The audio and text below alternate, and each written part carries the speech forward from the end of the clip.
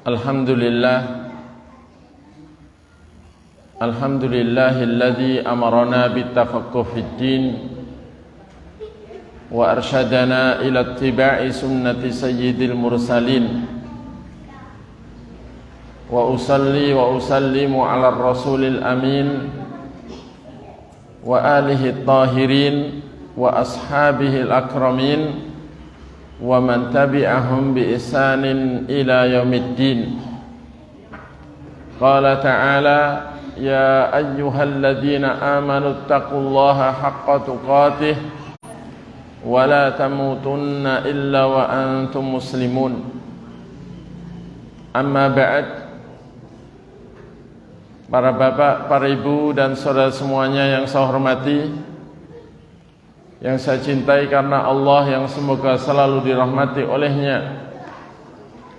Alhamdulillah, segala puji bagi Allah Ta'ala yang maha baik, yang kebaikannya tak terhingga. Alhamdulillah, segala puji bagi Allah sang pemberi nikmat yang tak pernah berhenti dalam memberikan curahan nikmat kepada kita. Termasuk pagi hari ini kita masih diberi fungsinya penglihatan kita, pendengaran kita, fungsinya akal kita, berfungsinya jantung, paru-paru, dan semua organ tubuh kita, termasuk ruas-ruas tubuh kita yang 360 jumlahnya. Alhamdulillah, semuanya diberi fungsi oleh Allah Ta'ala, dan nikmat kesehatan, kemauan dan kemampuan, sehingga kita dengan nikmat-nikmat Allah itu masih bisa menambah kebaikan dengan bermajlis dalam rangka berusaha menambah pengetahuan tentang agama Allah. Mudah-mudahan dengan terus berusaha menambah pengetahuan tentang agama Allah ini, dengan tujuan menyesuaikan diri dengan petunjuk Allah dan Rasulnya, semoga Allah menambah untuk kita hidayahnya, hidayah irsyad berupa ilmu pengetahuan maupun hidayah taufik berupa kemauan dan kemampuan untuk melaksanakan agama Allah, sehingga kita bisa semakin bagus di dalam berislam, bagus secara zahir maupun batin. Dan semoga kala ajal menjemput sewaktu-waktu, keadaan kita lagi bagus-bagusnya di atas Islam, sehingga kita bisa mendapatkan husnul khitam atau husnul khatimah, dan di akhirat termasuk hamba yang terhindar dari siksaan dan mewarisi surga Allah Ta'ala yang penuh kenikmatan. Allahumma amin. Jamaah sekalian yang semoga selalu dirahmati Allah, materi kita ini materi yang penting, mengingat di akhir zaman ini banyak orang menganggap remeh hal ini. Saya diminta untuk menyampaikan materi tentang ngerinya akibat zina. Ngerinya akibat zina. Dan kenapa di akhir zaman seperti ini pembahasan semacam ini penting? Karena telah diisyaratkan oleh Nabi sallallahu alaihi wasallam atas berita dari Allah Ta'ala yang maha tahu gaib, maha tahu segala apa yang belum terjadi. Seandainya terjadi, bagaimana kejadiannya. Rasulullah sudah mengkhabarkan bahwa di akhir zaman akan ada banyak perzinaan. Bahkan menjadi tanda dekatnya hari kiamat adalah banyaknya zina. Sampai umat Islam di dalam perzinaan itu mengikuti orang-orang Yahudi dan Nasrani, orang-orang kafir, sehingga seandainya di antara Yahudi ataupun Nasrani ada yang mendatangi ibunya alias menzinai ibunya secara terang-terangan, idza kana minhum ahadun ya'ti ummahu alaniyah, niscaya dari umatku, kata beliau, ada yang melakukan itu juga. Na'udzubillahi min dzalik. Padahal zina merupakan perbuatan yang sangat buruk dan tercela, perbuatan yang sangat keji dan nista. Namun begitu, manusia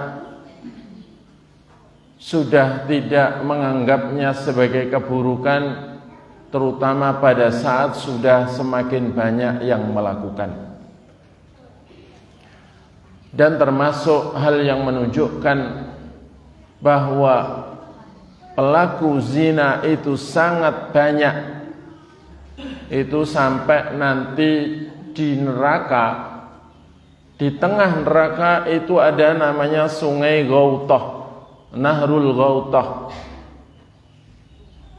Sungai Ghautah yang dikatakan oleh Nabi nahrun yajri min furujil mumisat, yang sumber cairannya itu dari kemaluannya para pezina, para pelacur. Yu'di rihu furujihinna ahlan nar, atau yu'di ahlan nar rihu furujihin, yang ahli neraka saja sangat terganggu, sangat tersiksa dan terganggu oleh baunya kemaluan para pelacur itu di neraka. Kalau lendirnya kemaluan para pelacur, para pezina itu sudah di neraka saja menjadi sebuah sungai di tengah surga, berarti sumbernya kan banyak kan ini. Kalau cuman beberapa tidak mungkinlah jadi sampai jadi sungai. Hal ini menunjukkan bahwa jumlah pezina di dunia ini boleh jadi miliaran. Dari saat ini jumlah manusia di dunia kurang lebih 8 miliar, boleh jadi juga miliaran jumlahnya orang yang meremehkan dosa zina dan biasa melakukannya. Boleh jadi ada yang melakukannya sepekan berapa kali, atau sebulan berapa kali, atau mungkin sebulan sekali dan sebagainya. Hal ini menunjukkan bahwa zina ini patut untuk dimengerti bagaimana akibat buruknya, dan manusia ketika melakukan tentunya menutup mata, tidak mau melihat akibat buruknya zina. Dan termasuk indikasi bahwa nanti akhir zaman akan semakin banyak zina, itu wanita itu sudah banyak yang membuka aurat, memamerkan aurat, dan kalau pada fisiknya itu ada bagian-bagian yang menarik, justru bagian yang menarik itu yang berusaha ingin dimunculkan, ditampakkan. Padahal Nabi mengisyaratkan bahwa ujian dan godaan paling berat atas laki-laki sepeninggal beliau adalah godaan wanita. Ma taraktu ba'di fitnatan adarra 'ala rijali minan nisa, kata Nabi begitu.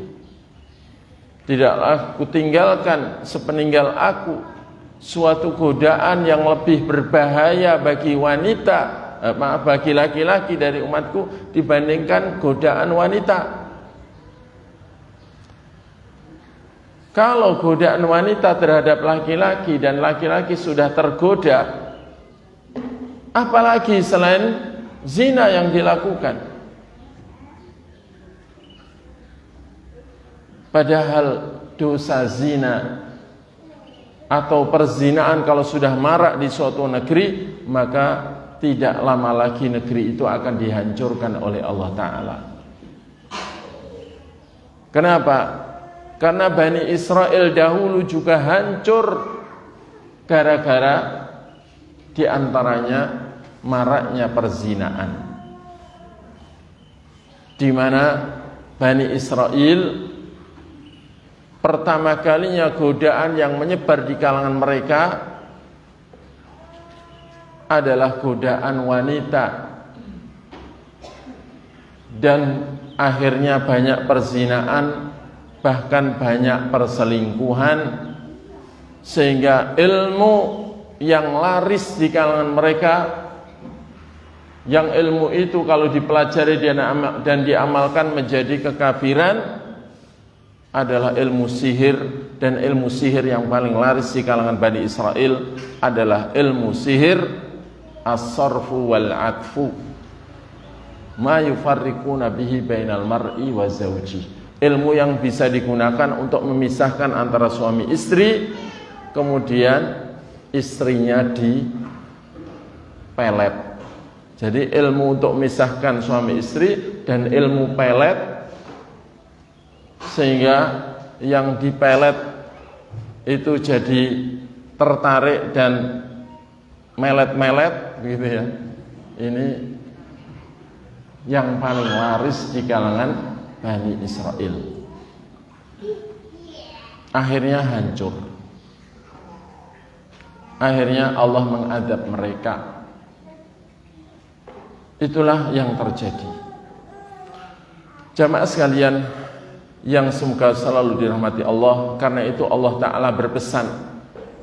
Allah yang maha luas kasih sayangnya dan sangat menyayangi kita berpesan, wala taqrabuz zina innahu kana fahishatan wa sa'a sabila, dalam surah Al-Isra ayat 32, surat nomor 17 ayat 32. Dan janganlah kalian mendekati zina, karena sesungguhnya zina itu fahisyah, perbuatan yang keji, yang sangat buruk, yang menjijikkan. Wasa'a sabila, dan seburuk-buruk cara. Seburuk-buruk cara. Maka manusia harus berbeda dengan binatang. Kalau binatang memang tidak terkena hukum ini, tidak dibebani syariat ini. Adapun manusia ini mau tidak mau, kalau sudah terlanjur dicipta jadi manusia dan berakal, itu mau nggak mau terbebani syariat, hukum-hukum Allah, termasuk hukum haramnya zina. Dan manusia diberi akal, harus bisa mikir, apa jadinya dunia ini kalau perzinaan itu tidak diharamkan oleh Allah Ta'ala.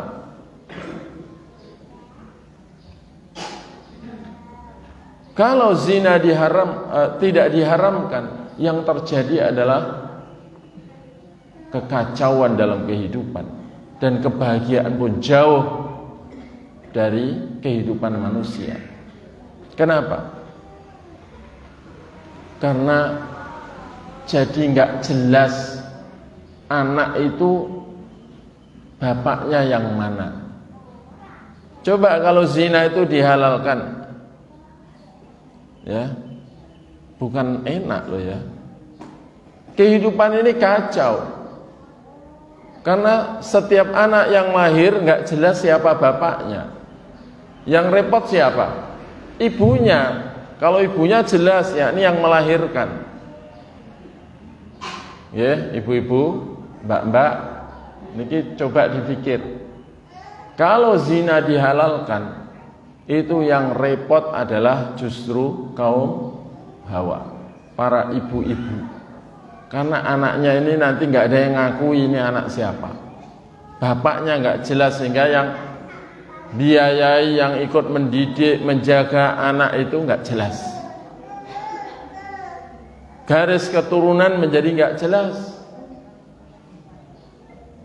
Dan Islam karena tahu bahwa di antara pilar kehidupan bahagia di dunia adalah terjaganya garis keturunan, sehingga setiap anak jelas ini keturunan siapa, bapaknya siapa, mbahnya, paman-pamannya dari bapak itu siapa, kerabatnya dari ayah itu siapa, jelas. Itu bagian dari yang sangat dibutuhkan oleh setiap anak. Pendidikannya jadi terjaga. Tapi kalau anak itu enggak jelas bapaknya, sehingga enggak jelas mbahnya dari bapak itu siapa, paman-paman dari bapak siapa,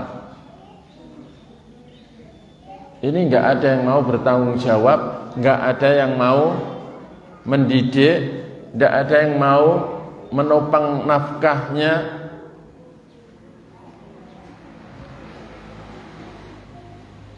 Sehingga apa? Apalagi anaknya laki wis ora bagus, buweling pisan, ndak ada yang mau mengakui sebagai anaknya. Ketika ibunya mengatakan ini anaknya si fulan, karena dulu yang terakhir mampir ke kamar saya si fulan, si fulan boleh jadi enggak, ngirunge ra padha aku. Iki mesti liyane iki. Ndak, saya enggak ngakui. Wong sama lho, sadurunge aku ya sing ngampiri akeh, kan itu. Akhirnya apa? Anaknya jadi anak terlantar.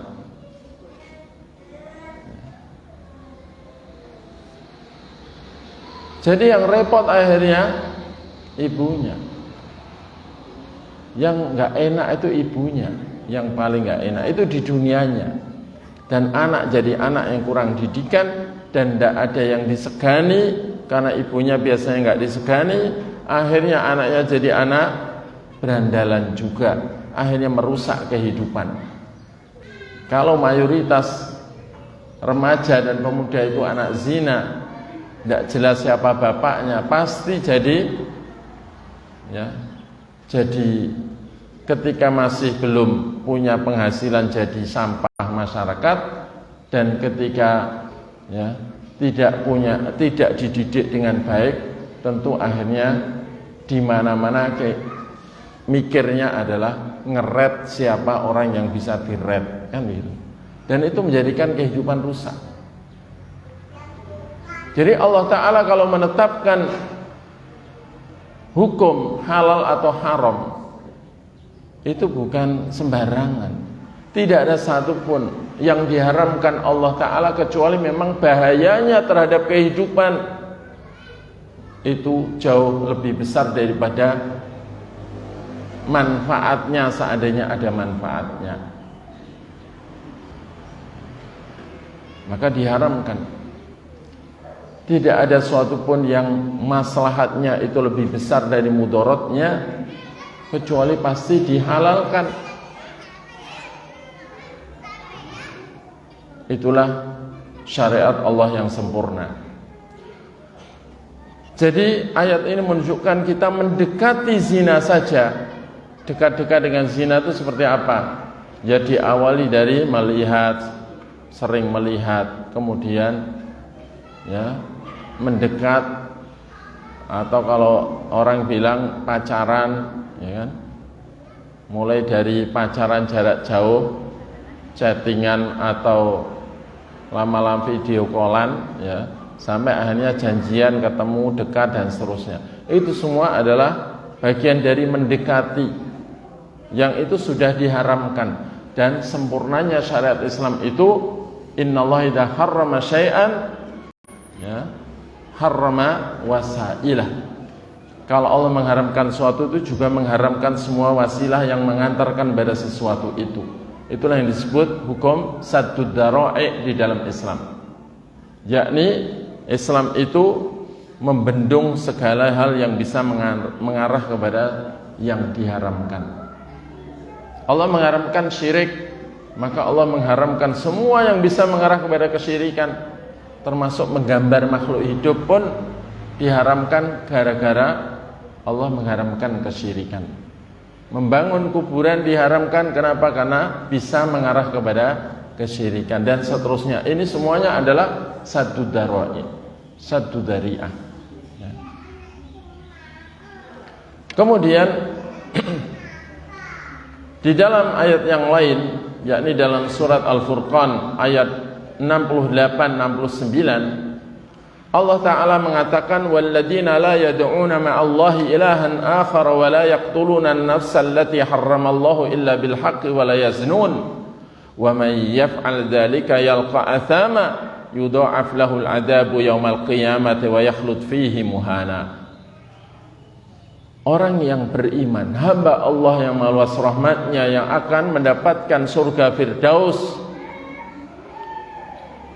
Yang di Firdaus itu banyak sekali bidadari-bidadari yang tidak ada satupun bagian dari fisiknya itu yang bisa disayangkan. Wah, sayangnya ininya kurang begini, ini enggak ada.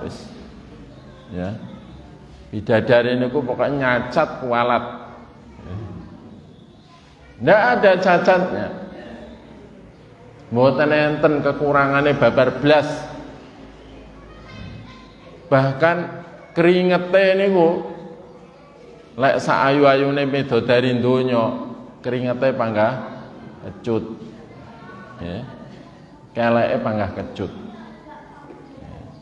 Tapi lek midodari swarga niku keringete wangi. Karena bidadari itu dicipta dari minyak kasturi surga yang tidak sama dengan kasturi dunia. Nah, ciri-ciri jalan hidupnya di dunia orang yang akan mewarisi surga Firdaus adalah orang-orang yang tidak beribadah beserta Allah kepada sembahan yang lain, alias tidak menyekutukan Allah dalam hak untuk diibadahi, disembah. Jadi mboten nate memberi persembahan-persembahan, datang nyiro kidul, nyiro lor, nyiro etan, nyiro kulon, ya, kaki among nini among, kaki beko nini beko, bedoro kolo, bedoro kili, bedoro katong, kaki diwut nini diwut, kaki tawak nini tawak, mboten nate. Semua ibadahnya zahir batin, termasuk khauf, rasa takutnya yang disertai pendekatan diri kepada yang ditakuti, ditujukan total semuanya kepada Allah, dan termasuk tawakalnya yang itu ibadah batin yang besar, ditujukan kepada Allah semuanya. Ternyata tawakal, datang jimat, datang dukun, datang nabi, datang wali, datang malaikat. Tawakal murni hanya kepada Allah. Karena Allah mengatakan wa 'alallahi fatawakkalu in kuntum mu'minin, hanya kepada Allah tawakallah kalian kalau memang kalian itu orang beriman. Tidak mau sujud kepada selain Allah. La yad'una ma'allahi ilahan akhar wa la yaqtuluna nafsan allati harramallahu illa bil haqq wa la yaznun. Dan mereka itu tidak mau membunuh jiwa yang Allah haramkan untuk dibunuh kecuali dengan haknya, dan mereka itu juga wala yaznun, tidak mau berzina. Ya. Kalau dirayu oleh wanita sementara hati tertarik, maka kalau mau nikah, kalau enggak mau nikah, nyahlah kau. Begitu. Jadi tidak mau berzina, tidak mau. Wala yaznun wa may yaf'al dzalika yalqa athama. Barang siapa yang melakukan hal itu, yakni menyekutukan Allah dalam doa, baik doa ibadah maupun doa permintaan, membunuh jiwa yang Allah haramkan untuk dibunuh, melakukan zina, maka akan menemui dosa-dosanya. Yudha'af lahul adzabu yaumal qiyamah, akan dilipat gandakan atasnya azab di hari kiamat nanti. Wa yakhlud fihi muhana, dan akan kekal di dalam azab itu dalam keadaan terhina. Dalam keadaan terhina. Karena di dunianya melakukan hal-hal yang hina. Kesyirikan itu hina, hanya layak dilakukan oleh orang yang tidak berakal. Karena bagaimana bisa Allah yang maha sempurna, maha tinggi diserupakan, disejajarkan dalam hak dengan makhluk yang tidak sempurna. Ini berarti perbuatan yang tidak layak dilakukan hatta orang yang nggak ngerti agama tapi punya akal yang berfungsi. Minta tolong secara gaib kok kepada selain Allah. Padahal selain Allah itu tidak bisa memenuhi hajatnya sendiri, apalagi memenuhi hajat orang lain. Minta perlindungan kok kepada orang yang sudah mati misalnya. Orang mati itu loh, ketika masih hidup saja nggak bisa melindungi dirinya sendiri, apalagi melindungi orang lain. Minta sembuh kok kepada orang yang sudah mati, padahal dulu matinya juga karena sakit-sakitan, terus sakit parah terus meninggal. Menyembuhkan dirinya aja nggak bisa, apalagi menyembuhkan orang lain. Karena itu orang yang berdoa kepada selain Allah itu hanya orang-orang yang tidak berakal.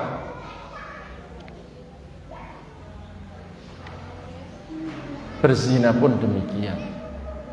Kalau orang mau berpikir dan fitrahnya, nuraninya masih berfungsi, maka tidak akan mau berzina. Karena itu ketika ada seorang pemuda mau masuk Islam tapi dengan syarat diperbolehkan berzina, karena dia zina ini di masa jahiliyahnya menjadi kebiasaan, bahkan sudah ketagihan, tidak mungkin meninggalkannya.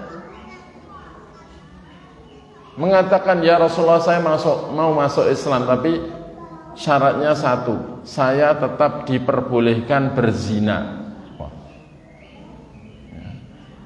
Akhirnya nopo?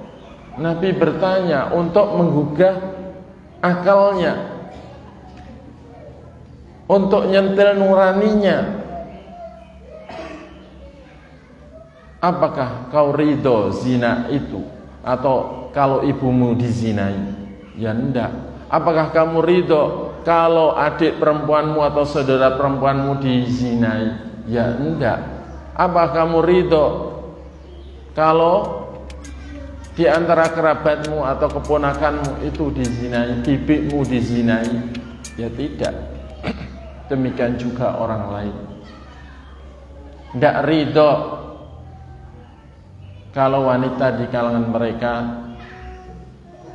keluarga mereka itu kau zinai. Akhirnya sadar, tahu bahwa zina itu keji,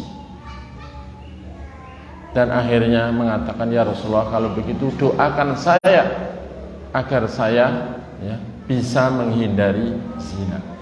Akhirnya didoakan oleh Nabi, masuk Islam, didoakan, maka setelah itu menjadi orang yang sangat menjaga diri dari zina dan tidak ada ketertarikan kepada zina. Jamaah sekalian yang semoga selalu dirahmati Allah. Ini mau pengangkat yang saya bu.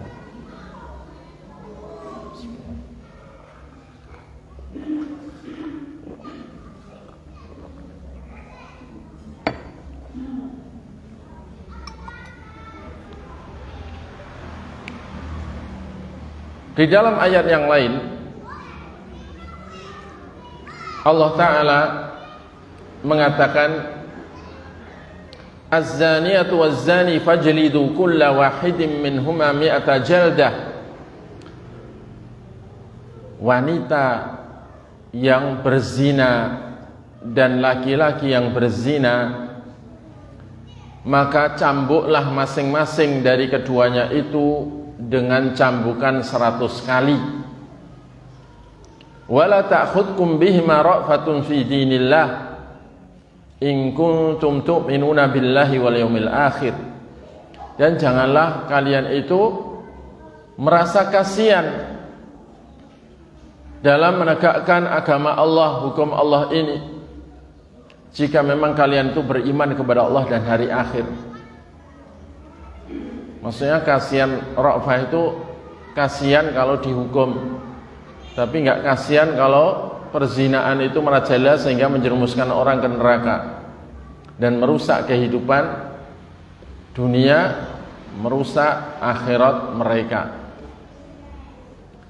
Jangan, kalau memang kalian beriman kepada Allah dan beriman kepada hari akhir dan tahu akibat buruknya para pezina itu, yang diterima para pezina itu di hari akhir, maka dalam menegakkan hukum zina itu jangan merasa kasihan.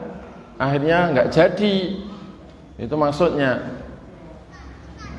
Justru sayang yang beneran itu ya menegakkan hukum zina itu. Karena kehidupan itu tidak hanya di dunia.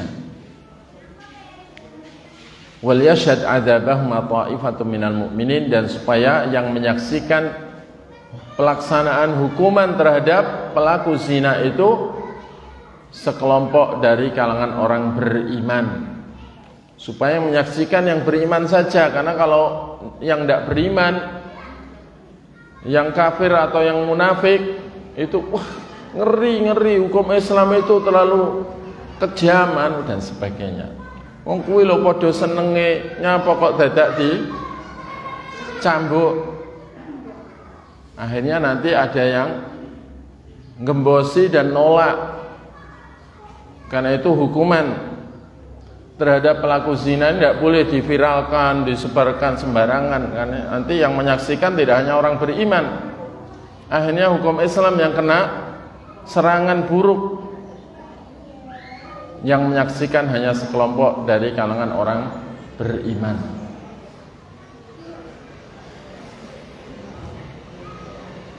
Ini dalam surah An-Nur ayat 2. Para ulama mengatakan inilah sanksi bagi perempuan dan lelaki yang berzina apabila keduanya belum menikah.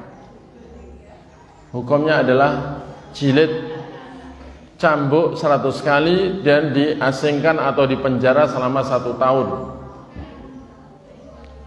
Sedangkan bila telah bersuami atau beristri atau pernah menikah secara syar'i, walau duda atau janda, sudah menjadi duda atau janda berzina, maka hukumannya adalah rajam, yakni dipendam selutut, kemudian dilempari, wajahnya disikap, dibungkus kain hitam, kemudian dilempari batu-batu besar dari mulai pahanya sampai terakhir kepalanya sampai mati.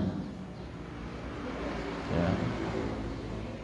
Itu ketika orangnya ridho, dan sebelumnya harus disidang, dinasihati supaya ridho dalam melaksanakan hukum Islam, supaya dengan keridhoannya itu menjadi penghapus dosa, hukuman itu menjadi penghapus dosanya, sehingga di akhirat sudah tidak terkena akibat buruknya. Begitu, nggak langsung serta-merta dihukum. Kemudian setelah itu dilakukanlah hukuman itu.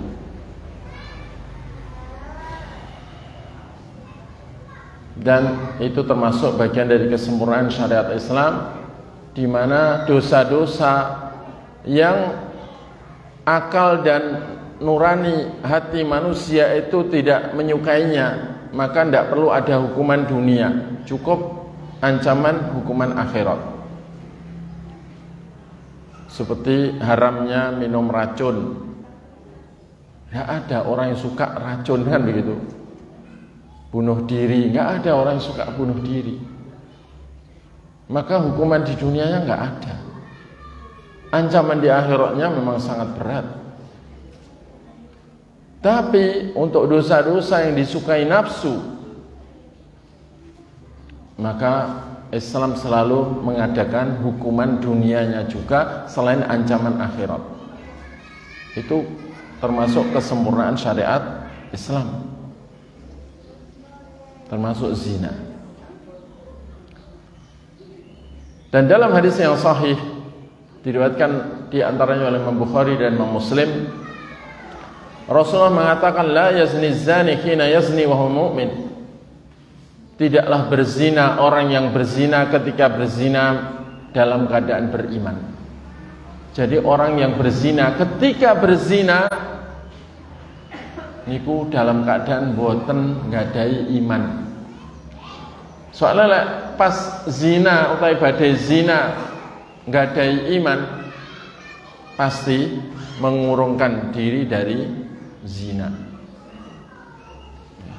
Iman kepada Allah, iman kepada hari akhir, iman terhadap adanya ancaman yang berat bagi pelaku zina, pasti mengurungkan diri. Sehingga nek kita pengen anak turun kita terjaga dari zina, maka menanamkan keimanan yang kuat dan kokoh, terutama iman kepada Allah dan hari akhir, sehingga mengagungkan Allah ya, dengan diajak mengenal Allah dengan baik dan benar, mengenal keagungannya, mengenal kebesarannya dalam kekuasaan, dalam kehendak. Apapun yang Allah kehendaki pasti terjadi, dan apapun yang tidak dikehendaki pasti tidak akan terjadi.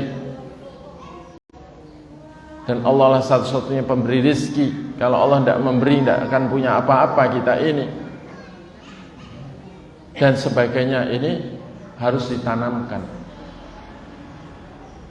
Tauhid asma wa sifat termasuk yang terpenting dan yang paling mendasari keimanan. Kemudian tentang hari akhir, apa yang akan dihadapi manusia sebelum kiamat dan apa yang akan dihadapi setelah hari berbangkit. Hal-hal yang mengerikan, yang besar yang akan dihadapi manusia di padang mahsyar, ini benar-benar ditanamkan dengan kuat dan sering diingatkan tentang hal itu, sehingga ketika tergoda untuk zina, mikir akibat. Karena kalau ketika masih punya iman, insya Allah terhindar dari zina. Tapi kalau udah lupa dengan imannya, tidak ada iman tersisa di hatinya, udahlah.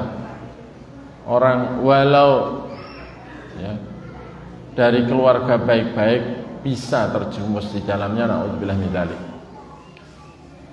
Dan dalam hadis yang lain yang diriwayatkan di antaranya oleh Imam Al-Hakim dari Abu Hurairah radhiyallahu anhu dan dinyatakan oleh Imam As-Suyuti, derajat hadis ini sahih, man zana aw syaribal khamra naza Allah minhul iman kama yakhla'u al-insanu al-qamisa min ra'si.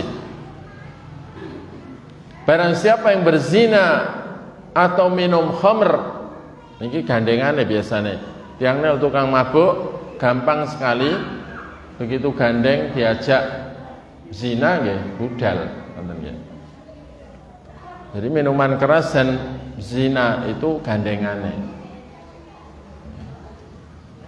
Karena itu Nabi mengatakan barang siapa yang berzina atau minum khamr, maka Allah mencabut keimanan dari orang itu seperti seseorang mencabut bajunya, pakaiannya dari arah kepalanya. Jadi dicepot keng dhuwur ngeten.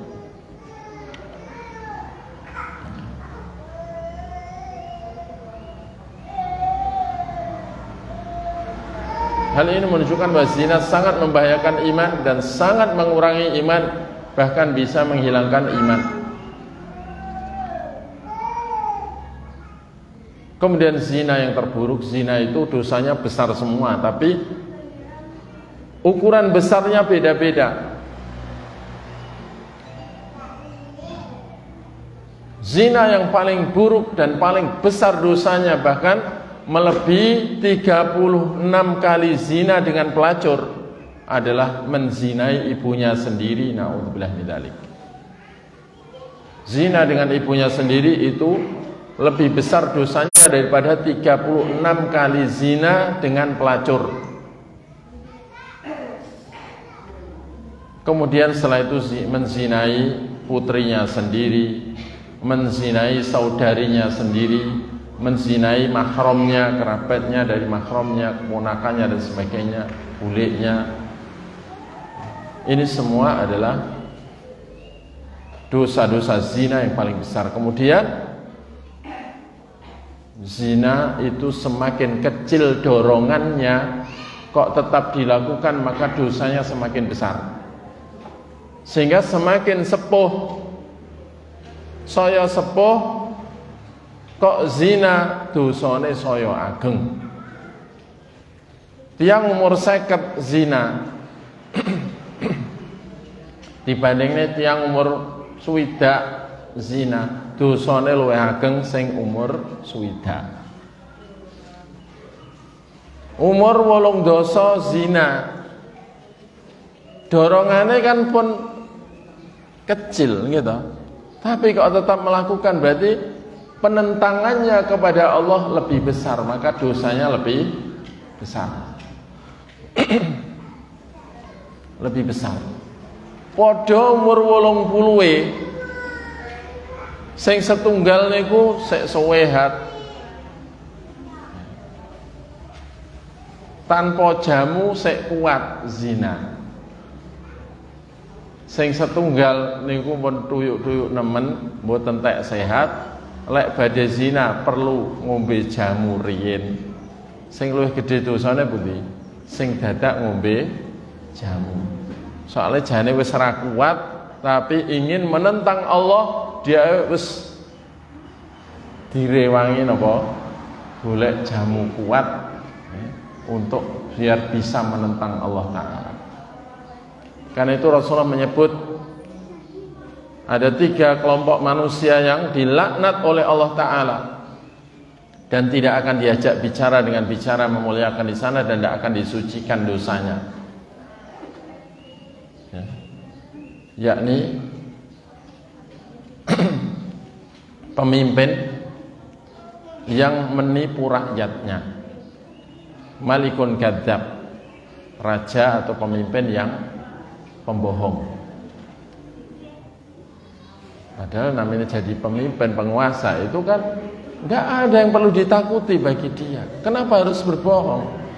Tiang ini biasanya lek ngapusi niku kan krana wedi gitu. Saking wedine akhirnya ngapusi kan ngoten. Sudah jadi pemimpin kok tukang ngapusi niku dilaknat. Kedua, Syekhun zanin, orang yang sudah tua tapi berzina. Orang yang sudah tua tapi berzina, dorongan untuk zina dulu sudah kecil, kenapa kok ya berzina? Kemudian yang ketiga, ailun mustakbir, orang miskin yang sombong. Miskin, banyak tanggungan, mungkin boleh jadi ya banyak utang, sombong. Sing disombongne niku napane. Dorongan untuk sombong itu kecil, kaya raya, apa-apa bisa dibeli, pengen apa bisa, ya, dengan hartanya bisa mencari. Sek rada enten pantese sombong, ngono. Meskipun ya panggah ra pantes jenenge menungso kok sombong. Nah, ini kalau sudah, pokoknya semua dosa apapun, semakin kecil dorongan untuk berbuat itu tapi tetap dilakukan, maka semakin besar dosanya. Itu rumus dalam agama kita, ya, berdasarkan dalil-dalil yang banyak. Nah, zina bertingkat-tingkat ukuran besarnya. Semuanya dosa besar, tapi ukuran besarnya bertingkat-tingkat.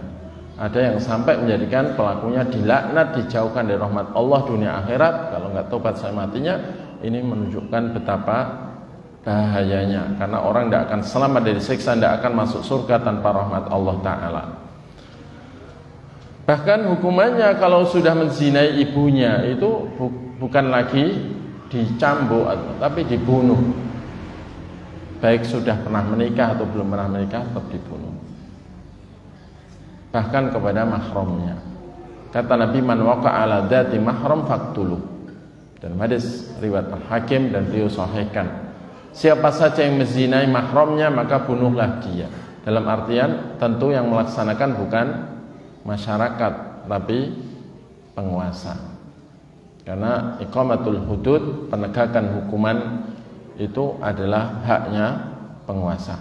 Karena kalau bukan penguasa yang melakukan, pasti bisa jadi terjadi dendam.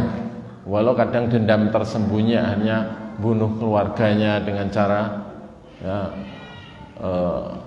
meracunnya dan sebagainya. Jadi tidak terjaga kehidupan ini. Kemudian zina ini berisi segala jenis keburukan, segala jenis kejelekan. Dan di antara hal yang diungkapkan oleh para ulama tentang bahaya buruknya zina, ngerinya akibat zina, itu ada beberapa. Ini saya carikan nukilan, dan di sana terkumpul ada 28 ya, akibat buruk dan ngerinya akibat zina. Yang pertama, zina itu mengurangi keimanan, keagamaan seseorang. Orang itu semakin sering zina, pasti keislamannya, keimanannya dan keislamannya itu semakin luntur, akhirnya bahkan jauh dari kehidupan Islami. Itu pasti. Ya. Dan lama-lama tiang niku akan kehilangan rasa malu. Padahal rasa malu itu tanda orang masih punya iman tuh tasik duwe isin. Nek pun mboten duwe isin, niku pertanda mboten gadai iman. Kemudian yang kedua, zina itu menghilangkan sifat wara', kehati-hatian dalam halal haram. Tiang niku lek pun tukang zina, akhirnya sembarang boten peduli halal nopo haram, nopo malih namung syubhat, niku pun dilalap kabeh pun. Bahkan lek pun kadung ketagihan zina, buat kek zinane niku kudu tumbas, ngoten ya. Niku kadang-kadang dadi maling, dadi ngerampok. Ya. Niku terus asile niku damel zina. Nek pun asal niku wis tinggi seneng-seneng niku maksudnya nggih di antaranya zina. Na'udzubillah min dzalik. Kemudian yang ketiga, zina itu merusak kehormatan dan harga diri.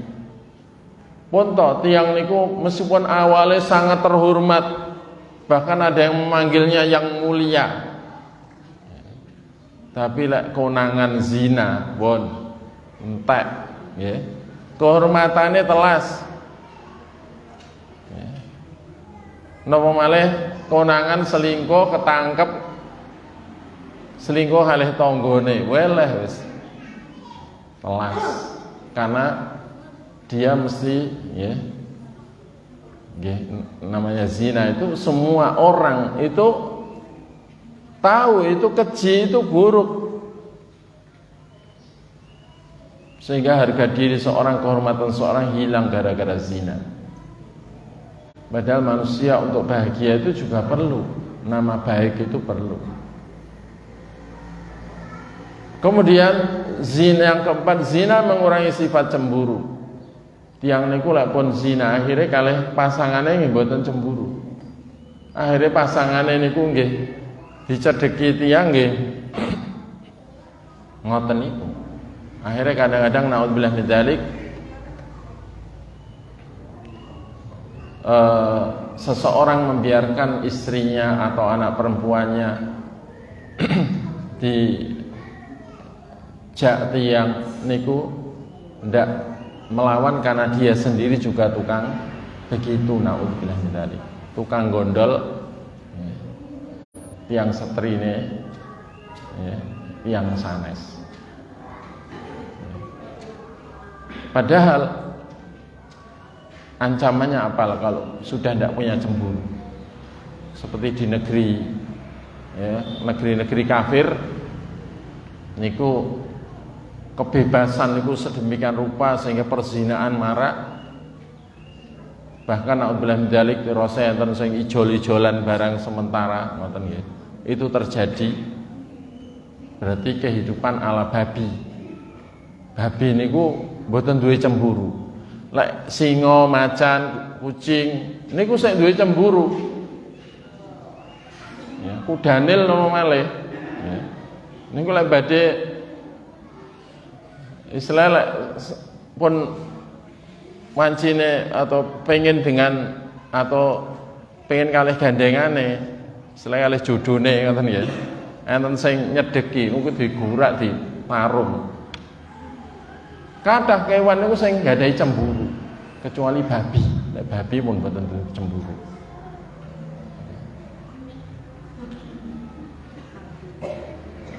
Malah kethek mboten cemburu. Maksudnya sik rodok duwe tapi nek babi pun mboten duwe. Lah padahal Allah mengatakan la yadkhul jannah dayus, tidak bisa masuk surga dayus. Ditanyakan apa itu dayus, kata Nabi alladzi la yagharu ala ahli. Orang yang sudah tidak punya cemburu dengan keluarganya, dengan istrinya, dengan anak-anak perempuannya, tidak punya cemburu. Niku terancam laki-laki walau kelihatannya soleh, pakai kopiah, pakai baju takwa kemana-mana sarungan. Kalau nggak punya cemburu dengan keluarganya, terancam tidak bisa masuk surga. Berat. Kemudian yang kelima, pezina itu mendapatkan murka dari Allah Ta'ala. Dan murka Allah itu menyebabkan siksa yang berat. Allah itu kalau sudah murka, Allah katakan falamma asabuna taqamna minhum. Kalau mereka sudah membuat kami murka, maka pasti kami menyiksa mereka. Sehingga kalau kita bayangkan kalau suatu negeri mayoritas jadi pezina, dan pintu zina itu sekarang lebar sekali, jendelanya mulai Facebook, pokoknya medsos, terus aplikasi-aplikasi yang membuka ke arah zina itu banyak, sehingga kadang-kadang anak SD SMP itu sudah ya, melakukan zina.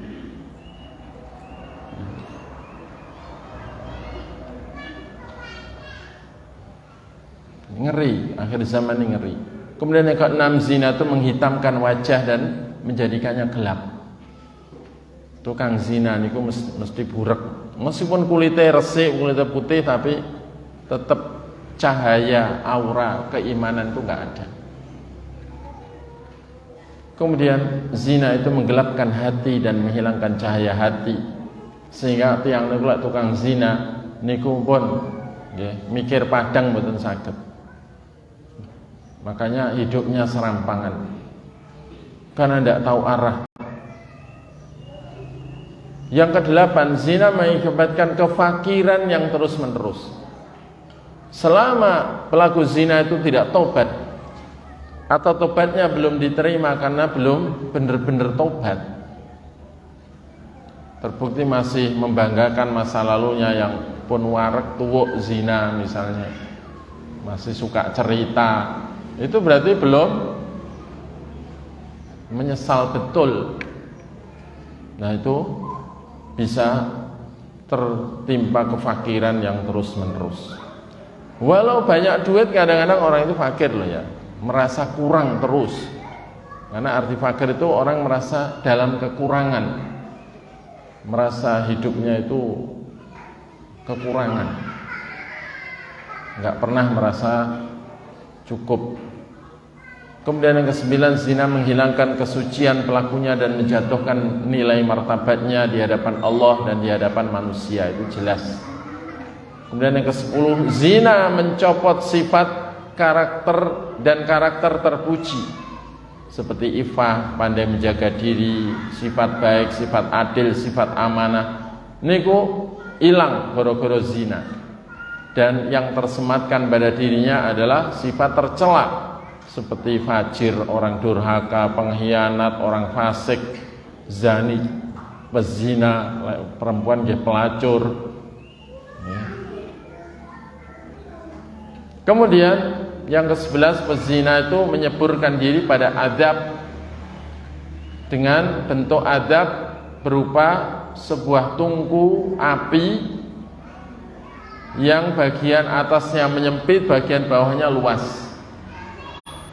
Dan api sebentar-bentar nyembur dari bawah sampai para pezina yang ada di dalam tungku itu kesembur api saking ngandap niku sampai mumbul mendekati cerop ujungnya. Kemudian semburannya berhenti, mereka jatuh tiba lungguh. Ya. Jadi yang kesembur adalah bagian bawah, karena yang dipakai zina itu bagian situ. Disembur api dari bawah, mumbul, ketika itu menjerit-jerit, kemudian berhenti semburannya, mereka jatuh ke bawah. Begitu terus. Itu siksaan bagi yang disiapkan bagi para pezina. Jadi mboten sumbut. Kalau tak ada nikmatnya cuma sebentar, ya, setengah jam, sak jam, tapi akibatnya niku siksaan yang tak henti-hentinya dalam waktu yang sangat lama. Naudzubillah min dzalik, bahkan bisa bertahun-tahun, bahkan puluhan tahun, bahkan ratusan tahun disiksa dalam kondisi seperti itu.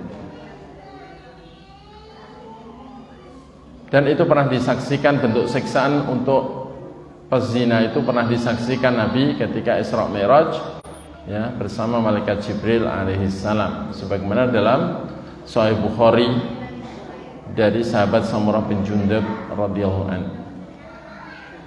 Kemudian diriwayatkan juga bahwa para pezina saat antri menunggu giliran pengadilan di mahsyar, mereka itu digantung dengan cantolan seperti cantolan daging. Jadi cantolan lincip kan ngoten ya. Yang lincipnya ini gantolan-cantolan niki dicantolne teng kemaluane, teng farjine. Tapi nyan bayangne, nggih. Nggih. Terus digantung. Terus mboten dijarne meneng. Ben pola. Lah nggih pola kan loro gitu. Wong cantolane lincip, kayak nyantol pas nggih kemaluannya. Ben polah niku disabeti ndamel cambuk dari besi. Loro tenan iki polah. Nikune loro. Jadi seperti itu ngerinya siksaan untuk para pezina. Terus zina itu menghilangkan nama baik, menggantinya dengan sebutan al-khabith, bahkan gelar-gelar yang buruk disematkan padanya. Zina, Allah Ta'ala memberikan kegelisahan hati buat para pezina itu, bahkan bisa sampai tuanya. Tiang niku ketika zina niku karepe kan golek seneng, tapi dengan cara yang diharamkan. Balasannya adalah kesedihan. Tiang niku lek pun nggih biasa zina atau biasa selingkuh niku pun ndak akan tenang, kesedihan, gampang ditimpa kesedihan, kegundahan. Ya. Bahagia, kesenangan yang dicari, kepuasan tidak akan dapat. Kemudian zina menghilangkan kewibawaan, wibawanya akan jatuh, tidak akan disegani orang, ya, bahkan tidak akan disegani keluarganya, teman-temannya, dan orang lain. Kemudian manusia memandangnya sebagai pengkhianat. Tidak ada seorang pun yang bisa mempercayainya mengurusi anak dan istrinya karena ditinggal zina. Kemudian Allah Azza wa Jalla memberikan rasa sumpek dan susah di hati pezina itu hal yang bisa disaksikan napa malih pelacur kalau pun mulai kisut ya niku malih sepi pelanggan ngoten ya malih rapayu dan niku pun ya dunyane pun mboten enten harapan ya. Akhirate nggih pun mboten karu-karuan nek mboten betul-betul tobat dan memperbaiki diri kepada Allah. Kemudian pezina telah menghilangkan kesempatan dirinya untuk mendapatkan kenikmatan bersama bidadari di surga. Karena balasannya napa? Mboten sabar ngenteni midodari sing halal teng swarga, akhire karepe ngoten nggih golek midodari donya dengan cara yang haram. Niku akibatnya terhalang. Dan di sana ada kaidah dalam Islam, dalilnya banyak. Man ta'ajjala li syai'in qabla awanih uqiba bi hirmanih. Karena siapa terburu-buru untuk mendapatkan sesuatu sebelum saat dihalalkannya, maka akan dihukum dengan cara tidak bisa mendapatkannya. Kemudian perbuatan zina mendorong pelakunya berani durhaka kepada kedua orang tua, memutus kekerabatan, melakukan usaha haram, menzolimi orang lain. Biasanya bahkan pezina niku pelacur niku utawi pezina lek pun ngoten dangu-dangu lek pun mboten payu dadi germo kan ngoten ya. Usaha haram minimal pikirane niku ndamel bangun kos-kosan mengke disewakne damel ngotenan. Wis pokoke arahe kepada yang buruk, arahe teng neraka ngoten lho nggih. Arahe teng neraka. Naudzubillah min dzalik. Jadi urip teng donya sekedap namun berbuah siksa selamanya niku kan nggih. Buru cengkelangan delek. Kemudian perbuatan zina dikelilingi oleh perbuatan maksiat lainnya niku umrah pun. Nggih mendem nggih, judi nggih. Ketemune tiyang elek kabeh. Akhirnya nggih ajakannya kepada yang buruk. Segala keburukan. Kemudian perbuatan keji menyebabkan keburukan dunia akhirat. Zina niku betul-betul mboten enten apike, dunyane mboten enten apike, akhirate napa malih. Dadi lek ndonga Rabbana atina fid dunya hasanah wa fil akhirati hasanah wa qina adzabannar mboten ada gunane lek menjerumuskan diri mboten lebih perbuatan zina. Kemudian pelaku zina itu wajib diberi sanksi oleh penguasa supaya jera, supaya negara itu terhindar dari perbuatan keji ini. Bagi yang belum menikah dicambuk 100 kali, diasingkan atau dipenjara setahun. Bagi yang sudah ya dirajam. Kalau enggak nanti negeri itu akan semakin merajalela perzinaannya dan akhirnya akan banyak musibah yang merusak kehidupan.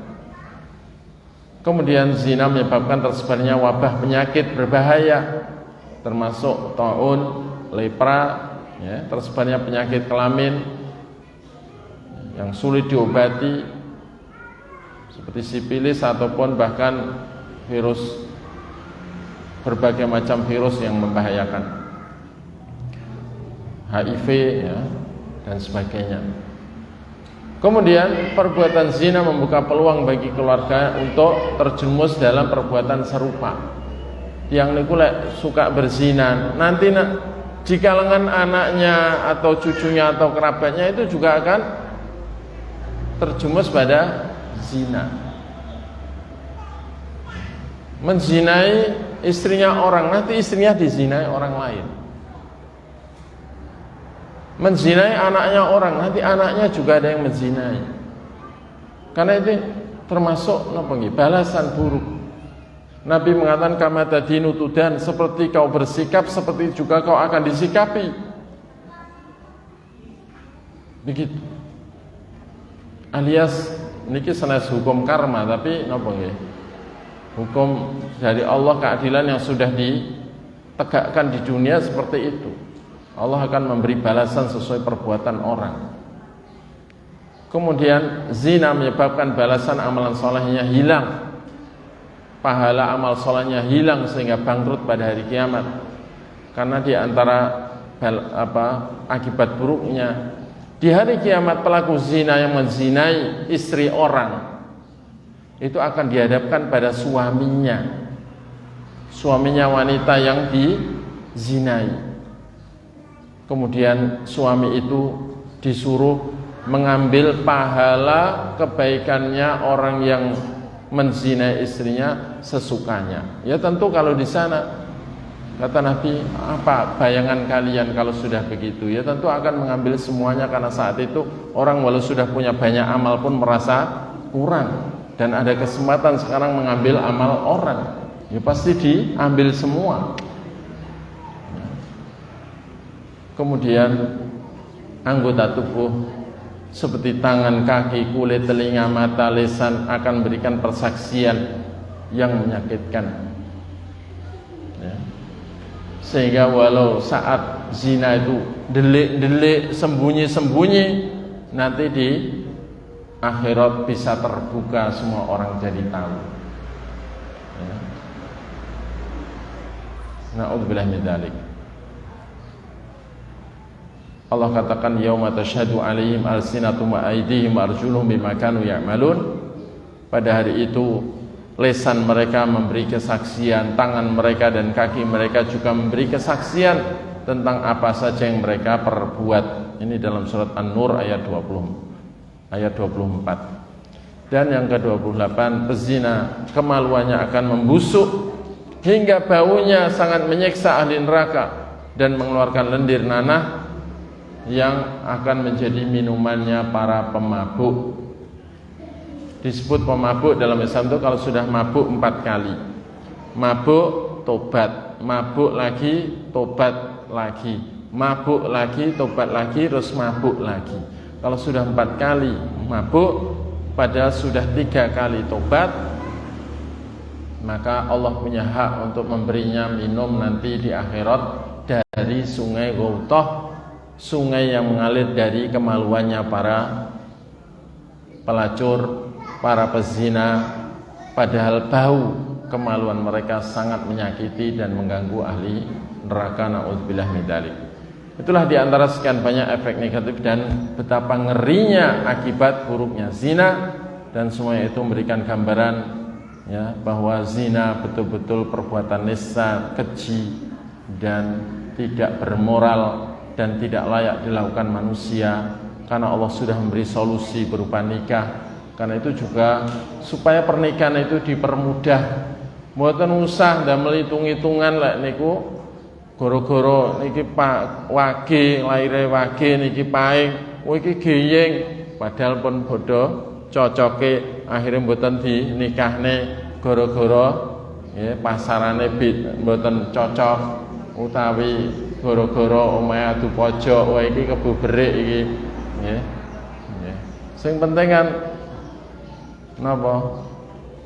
Dalam Islam tidak dilarang, ya sudah. Ngoten nggih. Ya sudah. Dinikahkan, dan jangan mahal-mahal dalam memberi mahar. Meskipun alhamdulillah kita di Jawa Timur itu mahar mas kawin itu murah ya. Tapi bagi yang di daerah lain yang mahal, tolong dipermudah, jangan mahal-mahal. Dan hal itu supaya pernikahan itu menjadi hal yang mudah, sehingga pintu zina itu tertutup. Dan karena di akhir zaman itu jumlah laki-laki dibandingkan jumlah perempuan itu akan semakin banyak perbedaan, di mana jumlah wanita jauh lebih banyak daripada laki-laki itu, ya. Kalau nggih niki mesti ditolak oleh ibu-ibu nggih, ya. Ya. Menawi garwane dipandang mampu, ya, poligami, ibu-ibu nggih nyuwun tulung nih. Ya. Ya. Dijini poligami, ngoten ya.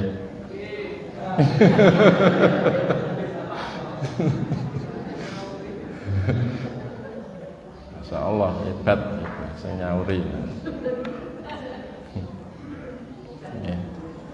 Jadi ini demi terhindarnya kaum muslimin dari perzinaan yang mengundang murka Allah, karena kalau Allah sudah murka, Allah mengadab, dan adab Allah itu apabila turun tidak ada yang bisa menghalangi, menolak, dan akhirnya menyusahkan semua orang. Ya. Kita akhiri dengan doa kafaratul majelis. Pun awan boten usah tanya jawab ya. Pun gamblang. Ya, kita akhiri dengan doa kafaratul majelis. Subhanakallahumma bihamdik asyhadu an la ilaha illa anta astaghfiruka wa atubu ilaik. Wa sallallahu ala nabiyyina Muhammadin wa ala alihi wa sahbihi wa akhiru da'wana alhamdulillahirabbil alamin. Wassalamu alaikum warahmatullahi wabarakatuh.